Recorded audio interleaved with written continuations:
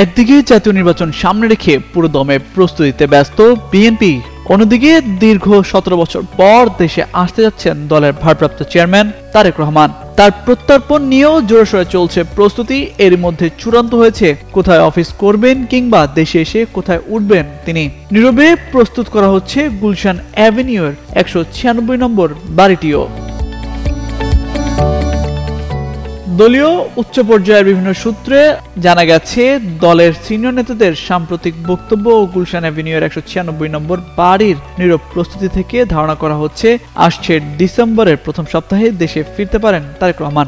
যদিও কৌশলগত কারণে তারেক রহমানের ফেরার সুনির্দিষ্ট দিন তারিখ দলের পক্ষ থেকে প্রকাশ করা হচ্ছে না।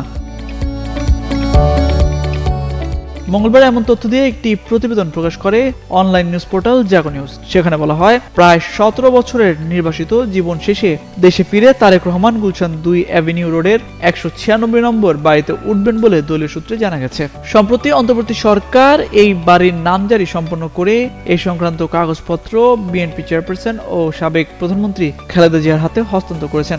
দলের ভারপ্রাপ্ত চেয়ারম্যানের থাকার জন্য বাড়িটি উপযোগী করে তোলা হচ্ছে। বাড়ির ভেতরে বাইরে করা হচ্ছে সাজসজ্জা।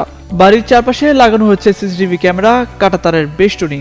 বাড়ির নিরাপত্তায় বসানো হচ্ছে চেকপোস্টও। বিএনপি স্থায়ী কমিটির সদস্য ডক্টর খন্দকার মোশাররফ হোসেন বলেন, গুলশান অ্যাভিনিউয়ের 196 নম্বর বাড়িটির ভেতরে বাইরে সংস্কার কাজ এখনো চূড়ান্ত পর্যায়ে। দেশে ফিরে তারেক রহমান এখানেই থাকবেন। খালেদা জিয়ার বাড়ির পাশেই ছেলের অবস্থান দলীয় কার্যক্রমের জন্য গুরুত্বপূর্ণ হবে। তবে রাজনৈতিক পর্যবেক্ষকরা বলছেন, দেশের সর্বশেষ রাজনৈতিক পরিস্থিতি বিবেচনা করেই দেশে ফেরার বিষয়ে চূড়ান্ত সিদ্ধান্ত নেবেন তারেক রহমান।